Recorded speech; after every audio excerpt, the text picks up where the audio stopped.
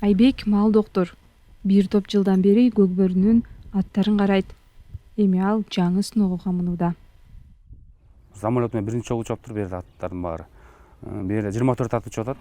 И 18 ат казактар менен чогуу биз менен кетип атат да. Биздин 24 аттын 24 характери бар экен берде. Мүнөздөрү бар экен.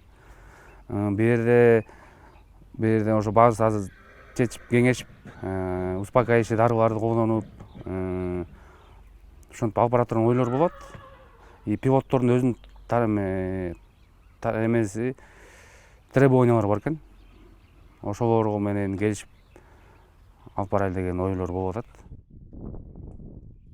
Талап демекчи, каруу күчкө толуп, табына келип турган тулпарлар учуп бара жатканда туйлап же азоолугун көрсөтсө учкучтарга машакат жаралат экен. Мынча тулпар бири-бирине урунбай турушу үчүн атайын тосмолор орнотулат. Башкы саяпкер 27 жылдык тажрыйбасында аргымактар абада уча турган алгачкы окуя экенин айтып берди. Ал да аябай толкунданып жатам дейт. Эми биз өтө эле кубанычтуу болуп атабыз го эми ушундай бийик абада аттарды алып Турцияга баратканыбызга өтө эле кубанычтамын мен да. Бул эми ушу 27 жылдык иштеген эмгекте ушу азыр Турцияга ушу аттар менен учуп баратам деген ой башкача сезимде эле болуп атам мен. Өтө бир кубанычтамын да.